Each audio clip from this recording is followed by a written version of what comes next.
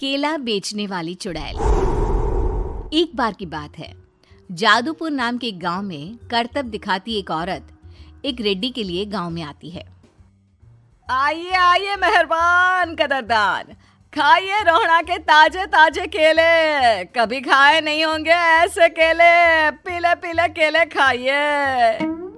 ये कहकर रोहड़ा हाथों में 4 केले लिए उन्हें सर्कल में जोर जोर से हवा में उछालती हुई करतब दिखाती है, जिसे देखकर आसपास के सारे बच्चे अपने अपने मम्मी पापा से उस औरत के पास जाने की जिद करने लग जाते हैं।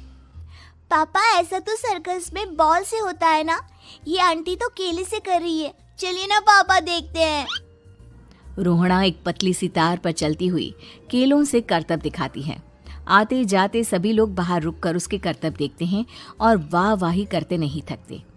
जैसे ही एक आदमी पास आकर उसे पैसे देने लग जाता है, तब वो कहती है, अरे नहीं नहीं साहब, मैं करतब तो बच्चों के मन को बहलाने के लिए करती हूँ। धंधा तो मेरा केले का है। पीछे देखो मेरी रिड्डी, जो भी मेरे केले खाएगा मेरी तरह चुस्त दुरुस्त और तंदुरुस्त हो जाएगा। पता चलता है क्या कि मेरी उम्र 55 की है। अरे पर ऐसे ठंड के मौसम में कोई केला क्यों खाएगा? ये ऐसे वैसे केले नहीं है साहब, ये शरीर में गर्मी देते हैं। ठंड को दूर भगाए जो भी रोहिणा के केले खाए। पापा, अगर मुझे केले नहीं मिले तो मैं घर नहीं जाऊंगी।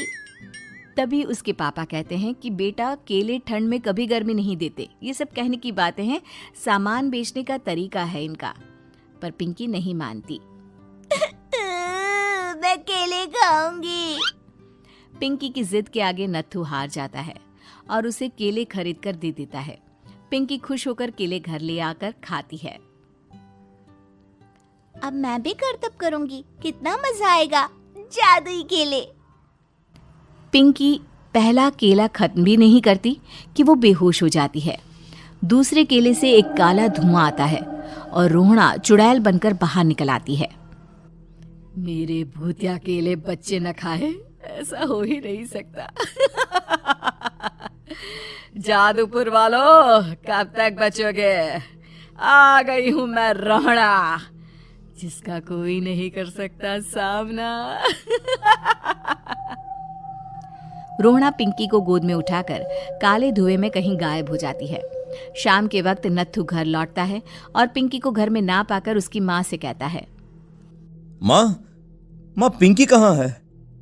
अरे बेटा, उसे तो तू सुबह करतब दिखाने ले गया था ना, फिर कहाँ वापस आए तुम दोनों? मुझे लगा तू उसे अपने साथ मंडी ले गया होगा। हे भगवान, मेरी बच्ची कहाँ गई? मैं उसे घर ही तो छोड़कर गया था माँ। नत्थू गांव के घर कोने में अपनी बेटी को ढूंढता है, पर उसे वो कहीं नहीं मिलती। परेशान होकर आखिर रो रो कर नत्थू हिम्मत हार कर घर लौट आता है। अगली सुबह रोहड़ा फिर से करतब दिखाने आती है और इस बार पिंकी की तरह रोनी केले खरीद लेता है। 50 रुपए दिए थे पापा ने, सारे पैसों की मैंने केले खरीद लिए हैं।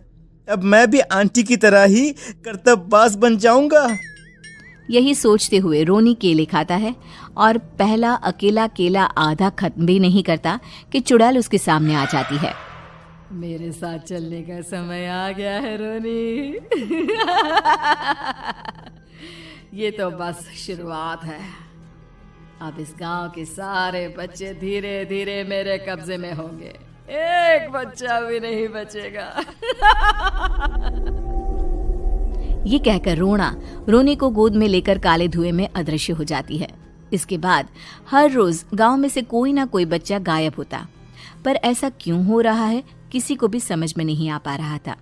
रोज की तरह अपनी बेटी पिंकी की तलाश में नत्थू गांव के एक तालाब के पास बैठा रो रहा था।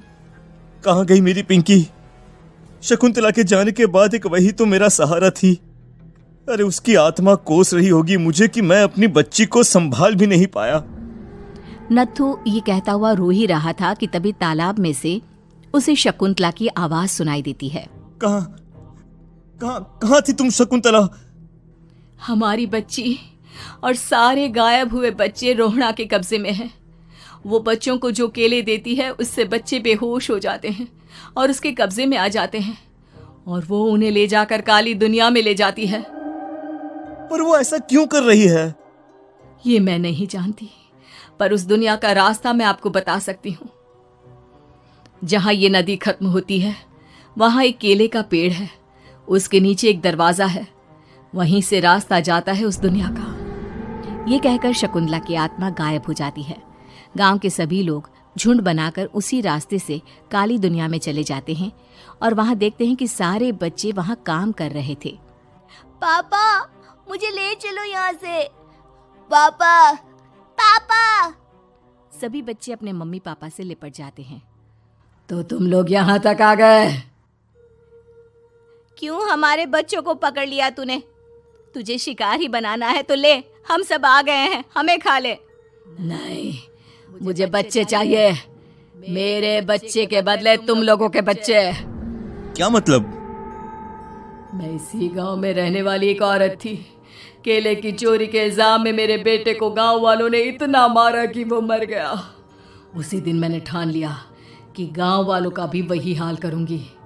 कुछ दिन बाद बेटे के चले जाने के दुख में मैं भी मर गई और मेरी भटकती आत्मा एक चुड़ैल बन गई। और फिर मैंने बदला लिया तुम सबके बच्चे छीनकर। बर्दाश्त नहीं कर पाए ना? सोचो मुझ पर क्या बीती होगी। हमें माफ कर दो रोना। पता नहीं ये किसकी गलती थी, पर हम सभी माफी मांगते हैं। हमारी खुशियां लौटा दो, तुम भी तो एक माँ हो। गांव वालों की बात सुनकर रोना का मन पिघल जाता है और वो बच्चों को छोड़ देती है। उसके बाद काली दुनिया बच्चों के लिए जादुई दुनिया बन जाती है। अब कोई भी